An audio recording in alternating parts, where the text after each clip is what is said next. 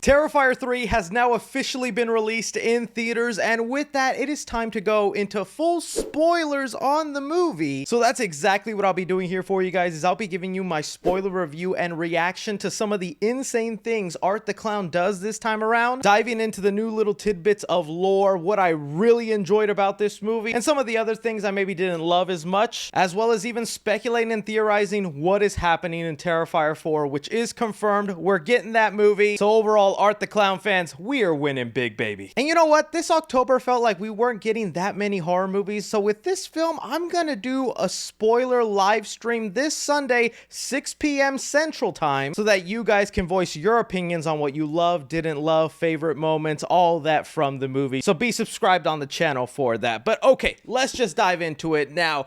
Overall, like I said, I had a really good time with this movie. I still quite enjoy Art the Clown a lot. I've seen the movie twice now, once at Fantastic Fest a couple of weeks ago, and then again last night. And I gotta admit to you, the second time around, I ended up liking it a lot more than the first time. I still liked it the first time, but some of the issues of it really stood out to me. Now I'm kind of like understanding why some people are saying they prefer Terrifier 3 over Terrifier 2. To me, the second movie is still slightly better, but man, the second time watching Terrifier 3, I was like, oh, there are things in here I really do like more than the second movie. And you know, even stepping aside from the movie quality itself, its success is kind of blowing my mind, because this was just a horror character that was a crowd-funded movie. Yes, I know it started out as a short film, The Ninth Circle, which then got put into a movie called All Hallows Eve, and then that got its own Terrifier movie. I've been there since the beginning. I'm not a bandwagoner. I have proof on the channel. I was one of the early lovers of Art the Clown. But now it's kind of crazy to see that this movie is tracking to possibly be #1 at the box office.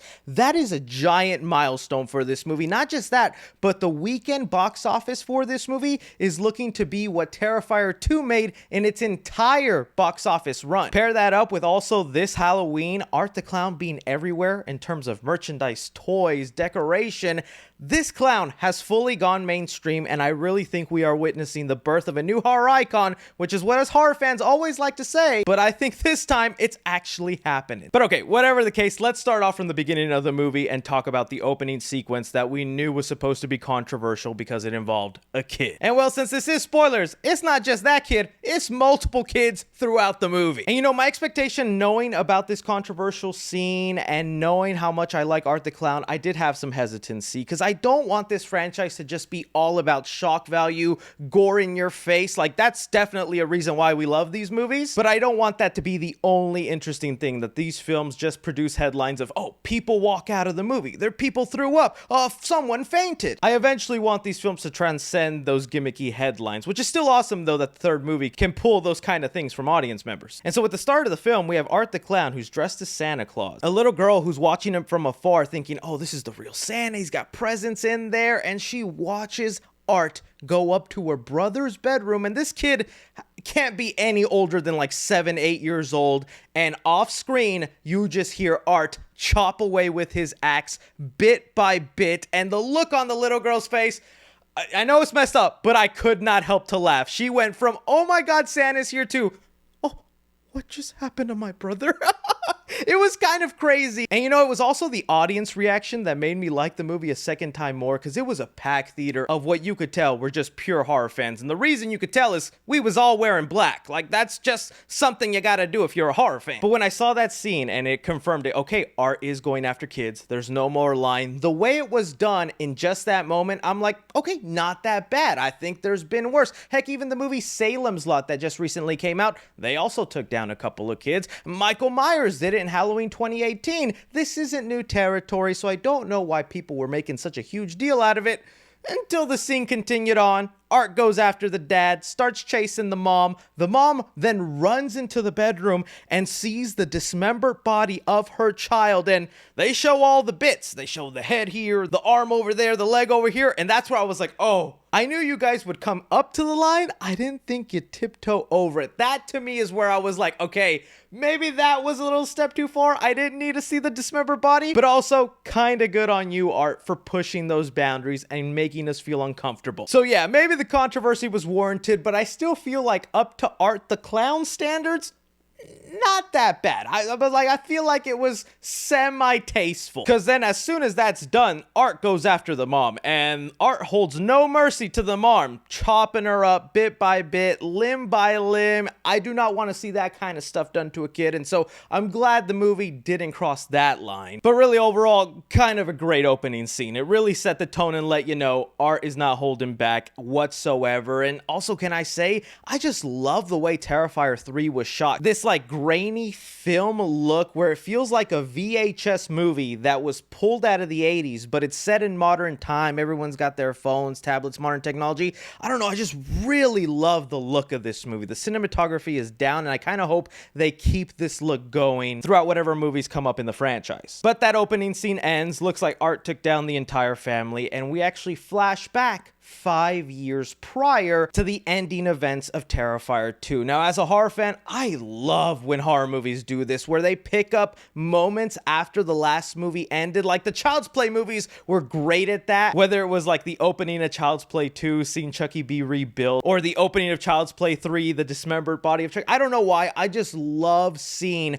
the continuation of where the story left off. It just really feels like an epic saga continuing on. And well, we just follow a cop who finds Art headless, is trying to call for backup when out of nowhere, Art's headless body comes to life and starts choking the crap out of this cop, taking his head, putting it on, and riding on the subway so he can go to the hospital/asylum where his head was reborn at the end of the second movie through one of his victims, Vicky, aka Victoria Hayes. And you know, just pausing there for a second, that's some of the supernatural stuff that worries me with Terrifier, because without a doubt, we are going supernatural with Art. And while I'll admit I prefer Art the Clown just being a regular guy in a clown costume, I am very curious about the new added tidbits of lore they add in this movie, which we'll talk about. But when you see Art the Clown headless, taking gunshots, riding the subway, it's creepy for sure, but it also makes him now so ultra super powerful. There is a bit of me that feels like there loses some suspense whenever Art goes against an ordinary person, because I like to believe that ordinary person maybe has a smidgen of a chance to escape, fight back, and maybe not kill Art, but at least get away. But unfortunately, that doesn't happen to Chris Jericho. He gets taken down, and both Victoria and Art are now on the train, setting us for this adventure. Now, this is also something I loved. In the second movie, they explain Art the Clown cleaned up his bloody mess by just getting naked at a laundromat and then popping in his clothes and waiting for it to be clean. This time around, we don't need to repeat that. Instead, since it's Halloween night, we see someone dressed up as the Miles County Clown, aka Art the Clown, and it's sadly an off-screen kill, but it's assumed Art just took his costume and killed the guy. And funny enough, there was actually a lot of off-screen kills in this movie for like a very bloody, super exaggerated movie. There were a total of like 3 or 4 off-screen kills, and that kind of bugs me, and one major one we'll get into. But now we see Art and Victoria return to their abandoned building, where I thought they were just getting ready to go after Sienna again and the family and finish whatever job they had, but to my surprise, they decided, let's just take a nap and rest up and refuel. That was an interesting move. Like, I get why they kind of did that story-wise, so that we could follow our main characters 5 years later. They've maybe gotten over it just a little bit. They're dealing with the trauma, but we see Jonathan is now in college. Sienna went to a rehabilitation center where she's trying to get over the PTSD that Art left behind. So, story-wise, I understand, but it was just weird to see Art just kind of sit there and the movie just move on 5 years later. But with it now being 5 years later, let's look at where our heroes are now in their lives. Starting with Jonathan, who I want to say was kind of the underrated character of this movie. I don't know how you guys felt about Jonathan in the second movie, but I teeter-tottered from liking him and disliking him. He definitely came off as an annoying little brother who's like has this big fascination with the Miles County Clown, wants to dress up for him as Halloween, and disregard all the things that he's done in the real world and just be an edgy teen. But his growth in the second movie, where he's much more tame, he's quiet, he's shy, he's just forcing himself to try and get over it, go to school, make friends. I actually really liked what they did with Jonathan this time around, and especially also like his roommate he gets, which was another interesting nuanced character. Because his roommate Cole, yeah, he comes off like a bit of a dick, but there are moments where you can tell he actually cares about Jonathan. He like stops his super obsessed girlfriend girlfriend with the podcast, like, hey, don't ask him those questions. Like, hey, come on now, you're stepping the line a little bit, or my bro needs to get laid. Like, I don't know. I actually really dug the Cole character, and I like the little moments where he was trying to big brother Jonathan into just giving him a college experience. But there was a part of me as the movie goes on and what happens to him at the end where I was like, I feel like they really underutilized Jonathan, and I kind of hope this isn't the last we see of him. When we get on to Sienna, dude, Lauren Levera is on her way to becoming one of my favorite final girls in recent history. They are doing some great stuff, and this is why I really want the story elements of Terrifier to kind of tighten up and be a little bit better. This is the stuff where it could really take the franchise from just being gore, kills, shock value, but also do interesting things, because the way they dealt with her trauma, I thought was really well done. Lauren Levera, I think, is so talented in this movie and continues to shine. Just the little moments where she's having a conversation with her dead friend at the table. That was a really great scene. But it was the relationship she had with her younger cousin, Gabby, that I also dug. I didn't talk about Gabby much in my spoiler-free review because I had a lot of spoiler thoughts. She was a fun little character. Those moments where she's just like staring at Sienna, admiring her beauty and her scars, and the traits of her snooping and reading her diary, which was just a good way for her to basically watch the first two Terrifier movies and be caught up like us. I really dug the relationship and dynamic. So like when it comes to the characters, Damien Leone, the director, is not just good at the practical effects and gory things that happen on camera. He's crafting characters that I want to see survive up against Art. That when Art shows up in the same vicinity as them, I am tightened up, I am nervous, I am anxious, hoping somehow they pull it out. But with that said, before going into my favorite kills of this movie, let me get on to one aspect that I thought was kind of wasted or just weird, and that was the flashback scenes involving young Sienna and her father. And in the second Terrifier movie, they set up so much mystery about how the father and Sienna's family somehow connect to Art the Clown. Like, I remember all those fan theories and people speculating like crazy, oh, is Art their dad? Is it like a split personality thing? Did he create him using his drawings? Like, there's a lot of interesting theories, and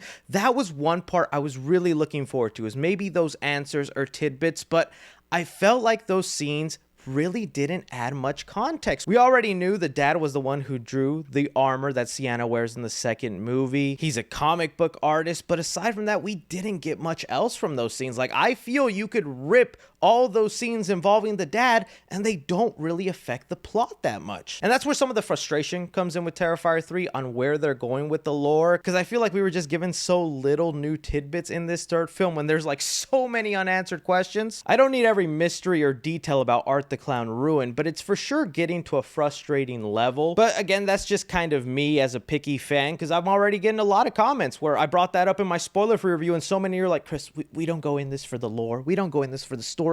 I just want to see Art the Clown go crazy on some bodies. And I'm like, well, you get that here, but as a fan, I'm just asking for almost the bare basics of, you know, setting up a simple origin for Art. I mean, Freddy's origin was a kid unaliver who got away from the justice system and parents took it into their own hands. Jason was a disabled kid who got bullied and drowned in a lake, and he comes back to haunt them. Michael Myers, although a little vague, was born pure evil, takes out his sister, and then spends most of his life in asylum until he escapes. Like, that's what I mean. You can't really even give a basic origin of Art yet, and we're 3 movies in, and 2 of those movies are over 2 hours long, and we're still little confused on what's going on with them. But I guess to be fair, other horror franchises have taken this long. It took us like 5 or 6 sequels to find out why John Kramer specifically became Jigsaw. So in a way, I guess it's good that they're just filling in tidbits. So getting onto the new little tidbits and lore they added on this time around, it all happens in a church scene that's at the college with Sienna and Jonathan. And I gotta be honest with you, this exposition scene I don't think was done the best, because I missed a lot of the details the first time around, and it wasn't until the second time watching it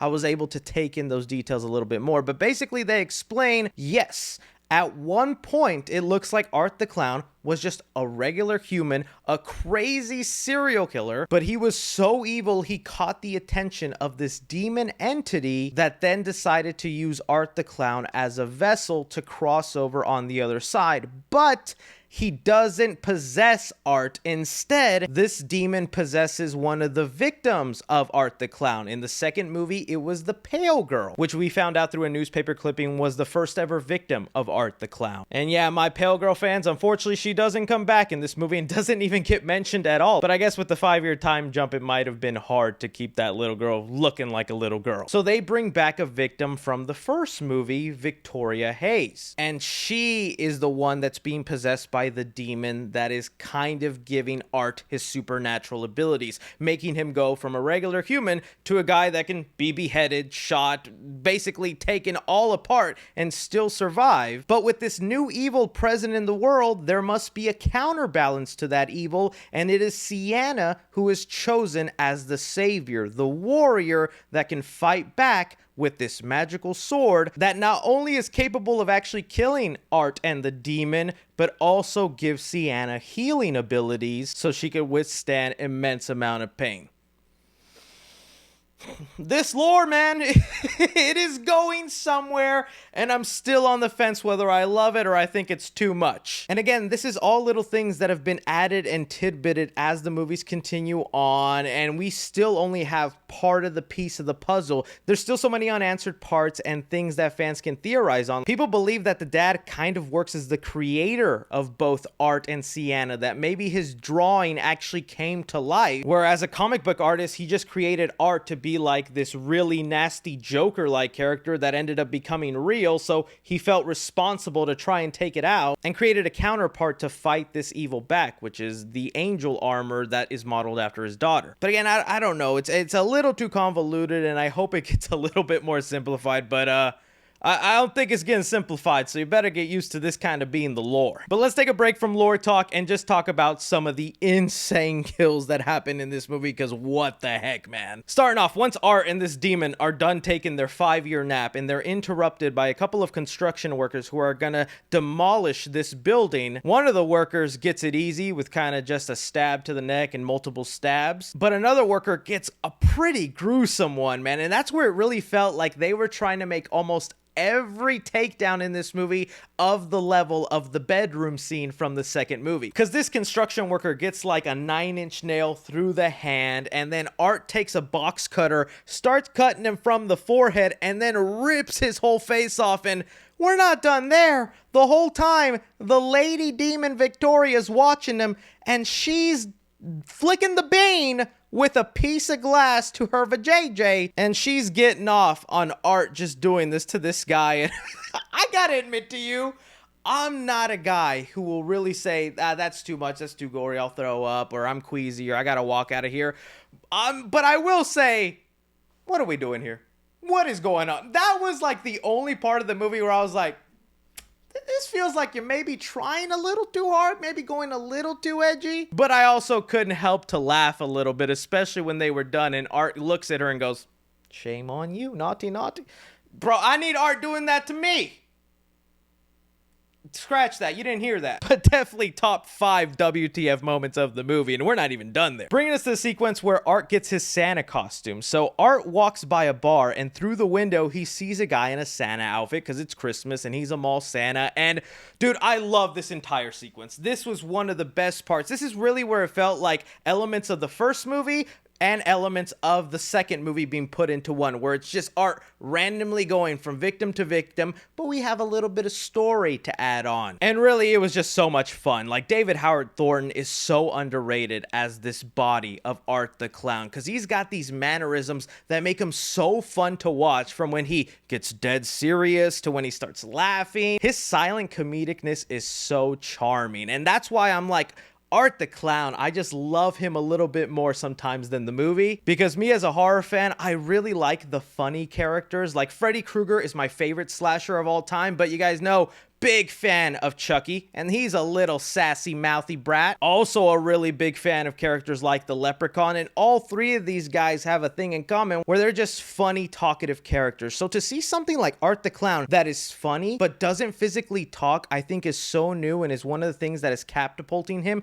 into a refreshing state, because we have the silent stalkers like Michael and Jason, but we've never seen the silent funny guy, and I think that's where Art really meshes in those worlds together. But But the other reason I really love this Santa Claus scene is because it's also a great example of why you need some storytelling to make the kills actually mean something. Because throughout this whole scene, the Santa Claus guy is actually very nice to Art. He actually calls him clowny. He likes his outfit, is very flattered by him, wants to buy him a drink. Even though the bartender and the other guy there are kind of being dicks to Art, Santa is trying to be humble and sweet to him, and that makes you like the Santa Claus character. And now that you have this like and care for this character, when things flip around and Art starts pissing on his leg, pulling out a gun from his little trash bag and holding it to the clown, and he's begging for his life, you actually feel bad. I was watching the movie going, oh, just let him go. Just take his costume and let him go, Art. Please, he's such a nice guy. And that's kind of what I want in my horror movies. I want to feel bad for the victims, not just go, oh, it's another jerk. Yeah, Art's going to finish him in a very gory way. Oh, he's doing it.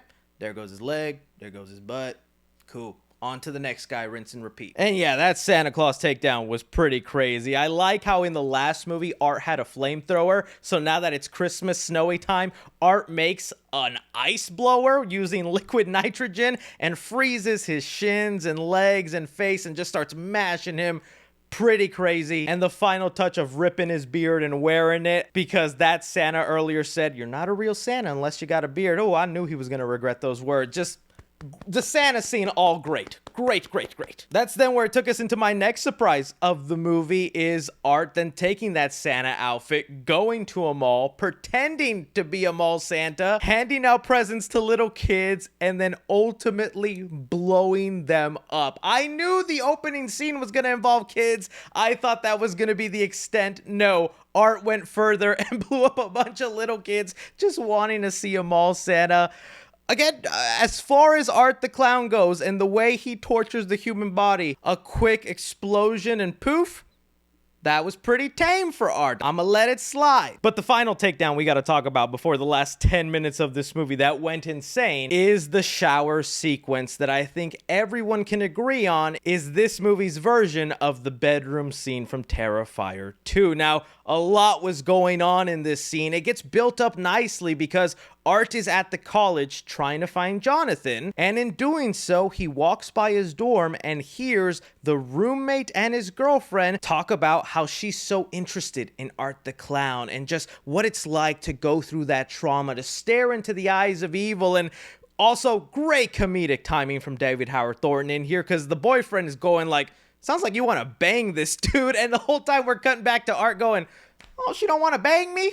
Really funny stuff, but we get the payoff because they go to the shower. They're making some sweet lovey love. Art pulls out a chainsaw from his bag, and yeah, it is crazy. He gets to take down the girl, slashing her up, and gets to give her what she wanted, which is to look at the eyes of evil right before she passes. And I kind of was really satisfied with that scene because I did not like this podcast girl. I know she's an exaggerated version, but you gotta admit there are people like that obsess over true crime who then be a little insensitive to the real life people. And so I thought that commentary in Terrifier 3 was really good. But then it was the boyfriend, Cole, the roommate, who got it the worst, because Art takes that chainsaw, not only rips his leg and hands, but then takes it right up the butt crack and starts just going in. And oh man, this scene had to be a little bit of a response to people who were calling Art and the director misogynistic for the way he goes after female victims, which I really don't think so. I can understand why people feel that way, especially when a lot of the off-screen kills in this movie are only guys, and it's really only guys sometimes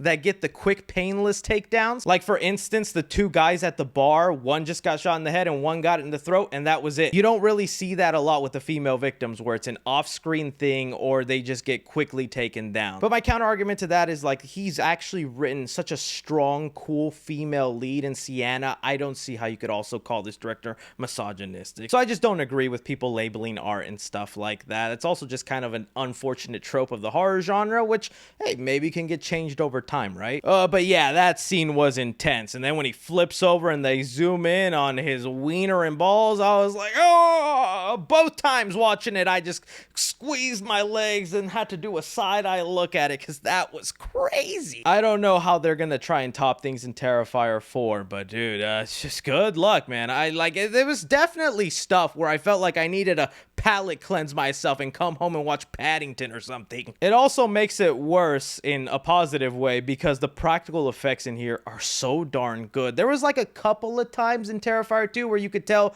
oh, that was a mannequin or that was a prop. It doesn't look that real. Specifically like the Halloween store clerk. Right before his head gets smashed in, you could see how fake that mannequin was. And there was like no time in Terrifier 3 where I felt any of the prosthetics or makeup looked fake or cheesy. Damien Leone has really crafted that down, and it's kind of scary, especially when we're going to go into Terrifier 4, and you know that budget is going to be upped a little bit. But alright, this now brings us into the last 10 to 15 minutes, where they did do some interesting things. So Sienna feels like she saw Art at the mall, and so she feels she needs to go back to the Terrifier ride to get the sword she left behind. And that again happened off screen, which I was also surprised. I thought there was going to be more of a significance to the Terrifier ride in the franchise, especially since it seems like the name of the movies are after that ride. I want to know more of the significance, but I guess we're never really gonna get that. And her just quickly doing that off screen just felt kind of like, okay. And then the other iffy part I was about these last 10 minutes is, of course, since Art the Clown can't talk, the demon host Victoria do a lot of the talking. And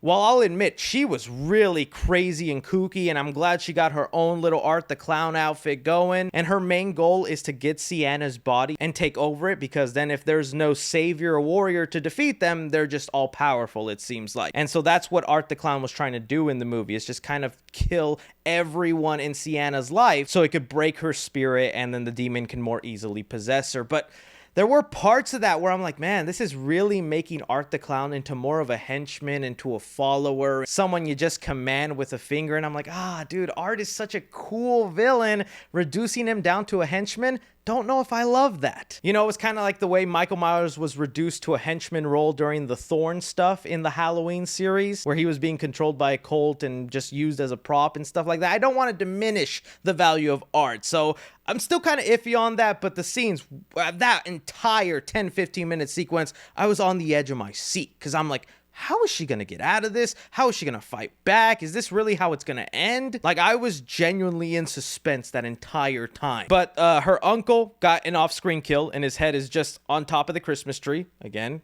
another off-screen moment. And sadly, the aunt gets a really nasty takedown. Art grabs this tube, mashes it down her mouth with a mallet, gruesome, and then grabs a couple of rats, puts it in the tube, and fires the end of it so the rats are forced to go down her throat.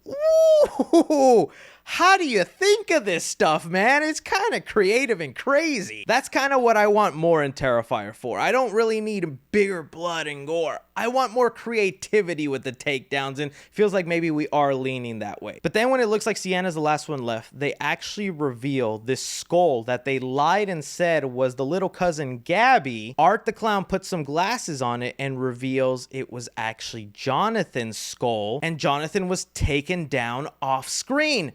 Okay, couple of thoughts with that. As horror fans, we know the rule. No body or no showing of the kill means there's a good chance they're probably not gone, and I'm gonna start placing my bets that Jonathan is alive. Thinking from a behind the scene perspective, I wonder if the creative team took a lot of the criticisms of the Jonathan character and left it kind of open-ended, so where if people still hate Jonathan by the third movie, he's like, okay, we'll get rid of him. But if you're like me, where you kind of turned around on the Jonathan character and you like his arc and where he is as a character now, you want him to be alive, they can bring him back. I mean, they did lie about that being Gabby's skull, so they're not opposed to lying about whose dead body that is. They did say they're trying to break Sienna's spirit, and if they couldn't find Jonathan because he hid away or got away, them lying about him being dead, I think would work. So I'm kind of am thinking Jonathan is still alive somewhere out there, because that would be such a big letdown to kill off a major character off screen. So when it all seems like all hope is lost, Gabby, the little cousin, goes, I didn't even get to give Sienna her Christmas present, lying that the sword that is packaged up under the tree is a gift to her, and Art breaks both her hands and forces her to open the gift like that. Creative and twisted, man. I like that. Just like when Art would walk by her and smack her head every second. Good moment of comedy in such a tense scene, man. Sienna then opens the present, gets the sword, and remember, because the sword has healing properties and heals Sienna, although her hands were just broken and mutilated, that sword heals her up and she's able now to fight and get rid of the demon. Her then trying to do the same to Art, but before she can finish the job, a portal to hell opens up in the living room. Again, this is where we're going extreme with the supernatural stuff, and Gabby falls in, disappears. Sienna doesn't get to save her, and Art the Clown gets to vanish away, trying to catch a bus, setting us up for the next movie. Okay, a lot of thoughts and theories about this, so I think it's very clear. Terrifier 4, we are going to hell. We have pushed the demon side of things enough, and Sienna saying she's gonna find her little cousin is proof to me she's gonna find a way down there and probably have to battle Art and this demon in hell in full armor with her sword. That's gonna make for a very interesting fourth movie, I'm gonna tell you that. Because there are a lot of interesting things they could do with that. Because one, if Jonathan is dead, there's a good chance he is also in hell, and maybe Sienna can bring him back. Or just thinking about the visual possibilities of what hell could look like, that's interesting to me. But it's definitely going to be the how she is able to go to hell that's going to be the most interesting to me. There's maybe a hint of it at the end of the movie, because when Art gets inside this bus, there's a woman and a bus driver, and the woman is reading a book titled The Ninth Circle, which is the name of the short film where Art the Clown first appeared, and that got repurposed into All Hallows Eve, his first movie appearance. And while yes, that just might be an Easter egg to that, I wonder if that's a hint to who Sienna will be seeking out to learn more about demons and hell and maybe how to cross over to that side. Because there is a picture of an author and the name, which read Rosemary Castevet, which is also another Easter egg to Rosemary's Baby, where it takes the first name Rosemary and then the villains of that movie, the Castevets. Nice little nod that Damien Leone does there. I wonder if that's what Sienna will do, is seek out someone who's knowledgeable in demons, and that's how maybe she'll cross over, and then we'll get the better explanation about all the lore attached to Art and the demons. That's what I'm thinking. But also, when it comes to Art the Clown, now that the demon is dead, gone, and back to hell, I wonder now if Art is human again, because it seems like Art was just given these supernatural abilities as long as the demon was with him and giving him all these powers. Now that it's been vanquished back to hell, I think we are going to have a fourth movie where Art is finally vulnerable, where every little attack made on him is going to matter, and it could possibly end him for good. Heck, for all we know, Art could actually die in the opening of Terrifier 4, but then because we're going to hell later in the movie, Art is going to be in hell there, and he's just supernatural again. Like, that's some of the stuff that could happen in this film. Like, there's a lot of possibilities in there, and if, you know, Art does end up coming back to life and is resurrected in the world, well, he needs a new human vessel. Can you imagine then if the demon then possesses the body of Jonathan and Sienna has to fight her brother? That would be kind of interesting storytelling. Or Gabby could end up becoming the new little pale girl, and that could also be kind of conflicting and interesting. I've also seen some horror fans bring up if they should continue the holiday trend that they've been doing, because in the second movie it was Halloween, in the third movie it's Christmas. Should they then do Valentine's, St. Patrick's Day, or something like that? I don't know. I think we could leave the holiday stuff behind, and just the fact that we're going to hell, I think, is an interesting enough gimmick. But either way, one thing's for sure, I'm on board for this madness. It is getting a little convoluted and over the top, but I'm having fun. I'm enjoying it. As long as you give me entertaining stuff with David Howard Thornton as Art, I think I'm just going to continue buying a ticket for this franchise over and over. This is now where I throw it off to you guys. You heard me yap a little bit. What do you make of it? Your favorite parts, your least favorite parts? Would love to hear all your opinions down below. Don't forget to like, subscribe, follow me on Twitter at 3C Films or on TikTok at 3C Films. But as always, I'm Chris. Take care.